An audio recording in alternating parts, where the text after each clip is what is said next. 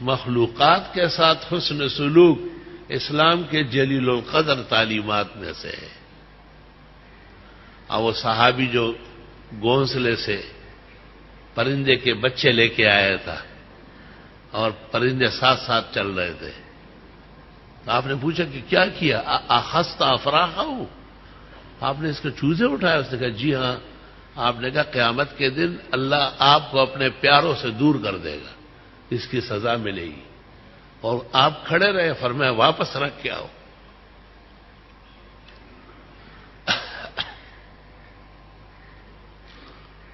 واپس رکھ کے آؤ۔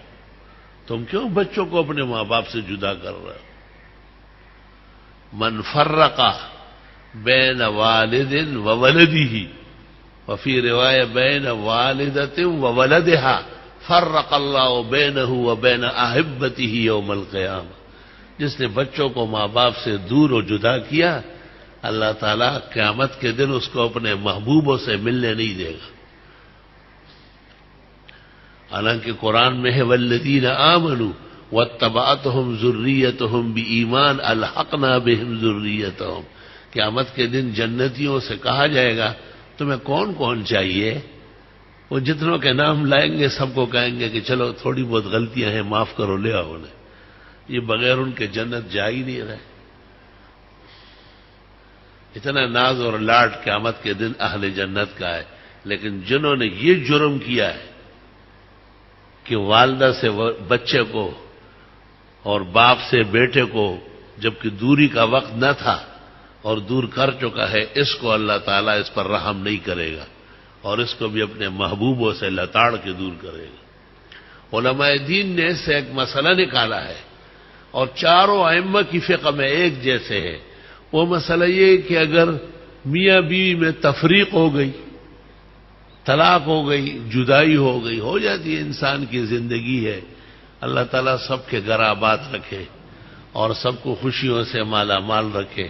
کون تفرقہ اور دوری پر رضامند ہے، لیکن قضاء و قدر ہے، اسباب عالم ہے، کبھی مؤثر ہوتے ہیں کبھی نہیں ہوتے، تو پھر درمیان میں بچے ہوتے ہیں۔ فرماتے ہیں کہ لڑکا 10 سال تک اور لڑکی 12 سال تک طلاق کے باوجود ماں کے ساتھ رہیں گی، اور یہ قانونی حق ہے، آپ اس کو دور نہیں کرا سکتے۔ اس کو حق خزانت کہتے ہیں، پالنے کا حق۔ شریعت کہتی ہے کہ ماں جتنی بھی بری ہو اور جتنے بھی خاوند سے ناراض ہو، لیکن اولاد کے حق میں وہ بڑی مہربان ہوتی ہے۔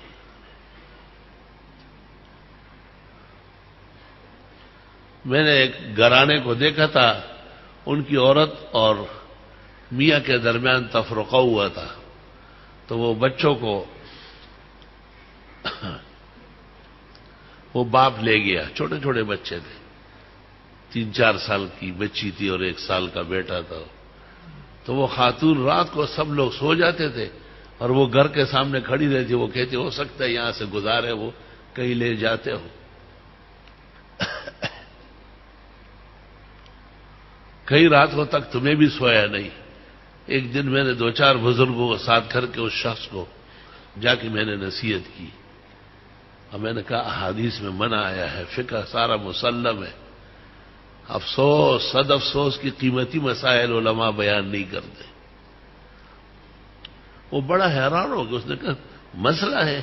میں نے کہا ساری کتابیں قدوری اور کنز سے لے کر وقایہ اور روایات اور ہدایہ اور فتح القدیر اور بحر اور نہر اور تبیین، محمد رسول اللہ جو فقہ لے کے ساری بری پڑی ہے کہ 10 سال تک بچہ اور 12 سال تک لڑکی وہ ماں کے ساتھ رہیں گے۔ تو اس نے کہا سر آنکھوں پر، میں تو یہ جو دن گزرے ہیں اس پر بھی معافی مانگوں گا، استغفار کروں گا۔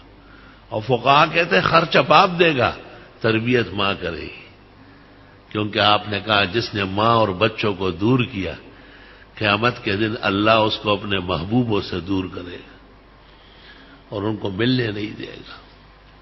بہت احتیاط کی ضرورت ہے، اور جہاں ایسی صورتحال ہو یہ مت کہو کہ میرا کیا کام، یہ آپ کا دل نہیں ہے گوشت کا بنا ہوا، دا زنگے نہ دے شین کانے دا سہارا دے، اور پر زخمی زنگی چھ دے ہو نہ دڑ دے دو. یہ دل نہیں ہے، صحرا کا ہرا پتھر ہے جو دکھے ہوئے کو دیکھ کر کے اس کو دکھ نہیں پہنچ رہی. یہ سینے میں آپ کا پتھر آیا ہوا، اس کو دل نہیں کہتے. دل تو اس کو کہتے ما سمی القلب الا انه يتقلب. حالات دیکھ کے دل روڑے کھڑ جاتا ہے، لڑک جاتا ہے کہ اوہ ہو یہ کیا ظلم ہو رہا ہے، اوہ ہو کیا خون بہہ رہا ہے. پیغمبر اسلام صلی اللہ علیہ وسلم آپ ہی نے واقعہ بیان کیا ہے کہ ایک بلی کو باندھ رکھا تھا، نہ اس کو چھوڑتی تھی کہ اپنے لیے خوراک ڈھونڈے، اور نہ وہ کچھ کھلاتی پلاتی تھی. حتی ماتت جوعان، بخاری میں ہے، بھوکی پیاسی مر گئی. اللہ نے اس زمانے کے نبی کے ذریعے اطلاع کرا دی کہ اس خاتون کے لیے جہنم لازم ہو گئی، کسی حال میں اب یہ دوزخ سے نہیں بچے گی. ظلم انتہا پہ پہنچ گیا. اور ایک منہ میں سا کمزور کردار والی عورت، منہ میں سا، جس کے لیے ہمارے محاورے میں الفاظ بھی موزون نہیں. بازار حسن والی ہو، بازار والی ہو. وہ راستے سے گزر رہی تھی اور اس نے دیکھا کہ ایک کنویں کے کنارے کتا کھڑا ہے اور زبان باہر نکالا ہوا ہے، بری طرح پیاس لگی ہے، ہانپ رہا ہے. وہ رکی وہاں اور اس نے دیکھا کہ کنویں پر کوئی نظام نہیں ہے پانی نکالنے کا. اپنا دوپٹہ اس نے پھاڑ دیا، اس سے رسی بنا لی 3-4 جگہ سے پھاڑ کے، اور اپنا جوتا یا بوٹ جو بھی تھا اس کو ڈول کی طرح باندھا اور تھوڑا تھوڑا پانی نکال کے ڈالتی رہی اور وہ پیتا رہا. جب وہ سیراب ہو گیا، اللہ تعالیٰ نے اس زمانے کے پیغمبر کو وحی کی کہ اس کی وجہ سے اب اس کے گناہ رک جائیں گے اور توفیق توبے کی ہو جائے گی، آخر کار جنتی بن گئے. بخاری شریف و مسلم دونوں میں. اس سے پتہ چلتا ہے کہ حسنات سے توفیق آتی ہے جو آخر کار جنت پہنچا دیتی ہے، اور گناہوں سے توفیق رک جاتی ہے اور گناہوں کا لمحہ بڑھ جاتا ہے، جس کے نتیجے میں آدمی کا ایمان سلب ہو کے آخر کار جہنمی ہو جاتا ہے. اعاذنا اللہ منہا وایاکم. اللہ تعالیٰ محفوظ فرمائے. خدا کے ہاں عجب نظام ہے، آدمی دنگ رہ جاتا ہے.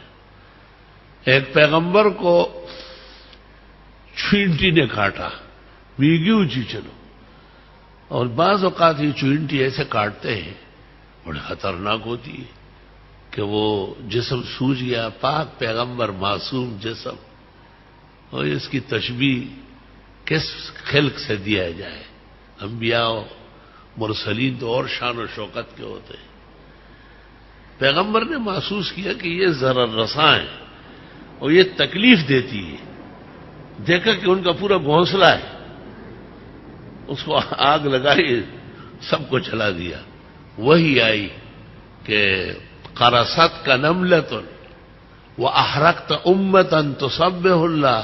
آپ کو تو ایک چینٹی نے کاٹا تھا اور آپ نے اس کے بدلے میں ان کا پورا گھونسلہ تباہ کیا.